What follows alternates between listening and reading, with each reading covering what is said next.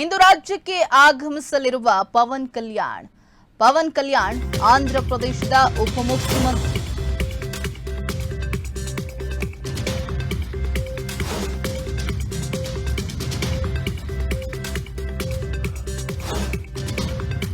ಇಂದು ರಾಜ್ಯಕ್ಕೆ ಆಗಮಿಸಲಿದ್ದಾರೆ ಪವನ್ ಕಲ್ಯಾಣ್. ಆಂಧ್ರ ಪ್ರದೇಶದ ಉಪಮುಖ್ಯಮಂತ್ರಿ ಆಗಿರುವಂತಹ ಪವನ್ ಕಲ್ಯಾಣ್ ಇವತ್ತು ಕರ್ನಾಟಕಕ್ಕೆ ಆಗಮಿಸ್ತಾ ಇದ್ದಾರೆ.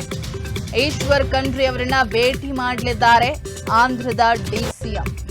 ಕರ್ನಾಟಕ ರಾಜ್ಯ ಅರಣ್ಯ ಸಚಿವ ಈಶ್ವರ್ ಖಂಡ್ರೆ ಜೊತೆ ಆಂಧ್ರ ಡಿಸಿಎಂ ಸಭೆಯನ್ನ ನಡೆಸಲಿದ್ದಾರೆ. ಆನೆಗಳ ಸೆರೆ ಕಾರ್ಯಾಚರಣೆ ಹಾಗೆ ಆನೆ ಪಳಗಿಸುವ ಕ್ರಮ, ಮಾವುತರಿಗೆ ನೀಡುವಂತಹ ತರಬೇತಿ ಬಗ್ಗೆ ಇಬ್ಬರು ಅಧಿಕಾರಿಗಳ ಸಮ್ಮುಖದಲ್ಲಿ ಸಮಾಲೋಚನೆಯನ್ನ ನಡೆಸುತ್ತಾರೆ. ಎರಡು ರಾಜ್ಯಗಳ ಐಎಫ್ಎಸ್ ಅಧಿಕಾರಿಗಳ ಜೊತೆಯಲ್ಲಿ ಸಭೆಯನ್ನ ನಡೆಸಲಾಗುತ್ತೆ. ವಿಧಾನಸೌಧದಲ್ಲಿ ಇವತ್ತು ಸಮಾಲೋಚನೆಯನ್ನ ನಡೆಸಲಾಗುತ್ತೆ. ಸಭೆ ಸಮಾಲೋಚನೆಯ ನಂತರ ಮಧ್ಯಾಹ್ನ 12 ಗಂಟೆಗೆ ಜಂಟಿ ಸುದ್ದಿಗೋಷ್ಠಿಯನ್ನ ಕೂಡ ನಡೆಸಲಾಗುತ್ತೆ. ನಟ ಪವನ್ ಕಲ್ಯಾಣ್ ಹಾಗೆ ಈಶ್ವರ್ ಖಂಡ್ರೆ ಜಂಟಿ ಸುದ್ದಿಗೋಷ್ಠಿಯನ್ನ ನಡೆಸ್ತಾರೆ.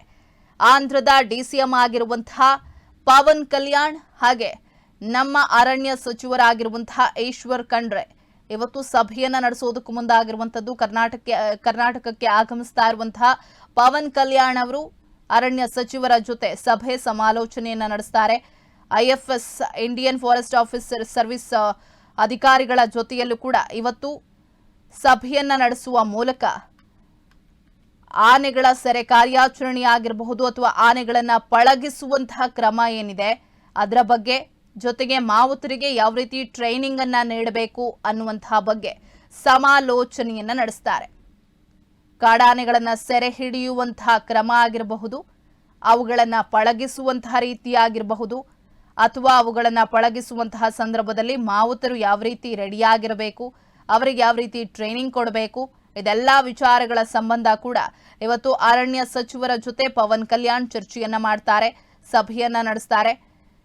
ಐಎಫ್ಎಸ್ ಅಧಿಕಾರಿಗಳ ಸಮ್ಮುಖದಲ್ಲಿ ಸಭೆಯನ್ನ ನಡೆಸಲಾಗುತ್ತೆ. ಕೊನೆಗೆ ಮಧ್ಯಾಹ್ನ 12 ಗಂಟೆಗೆ ಈ ಇಬ್ಬರು ಕೂಡ ಜಂಟಿ ಸುದ್ದಿಗೋಷ್ಠಿಯನ್ನ ನಡೆಸ್ತಾರೆ. ಸುದ್ದಿಗೋಷ್ಠಿಯ ಮೂಲಕ ಇವತ್ತು ಸಭೆಯಲ್ಲಿ ಯಾವೆಲ್ಲ ನಿರ್ಧಾರಗಳನ್ನ ತೆಗೆದುಕೊಳ್ಳಲಾಗಿದೆ, ಯಾವೆಲ್ಲ ವಿಚಾರಗಳ ಬಗ್ಗೆ ಚರ್ಚೆಯನ್ನ ಮಾಡಲಾಗಿದೆ ಎಲ್ಲವನ್ನ ಕೂಡ ತಿಳಿಸಲಿದ್ದಾರೆ. ಆಂಧ್ರದ ಡಿಸಿಎಂ ಪವನ್ ಕಲ್ಯಾಣ್ ಇವತ್ತು ಕರ್ನಾಟಕಕ್ಕೆ ಆಗಮಿಸಿ ಅರಣ್ಯ ಸಚಿವ ಈಶ್ವರ್ ಖಂಡ್ರೆ ಅವರ ಜೊತೆ ಸಭೆಯನ್ನ ನಡೆಸಲಿದ್ದಾರೆ.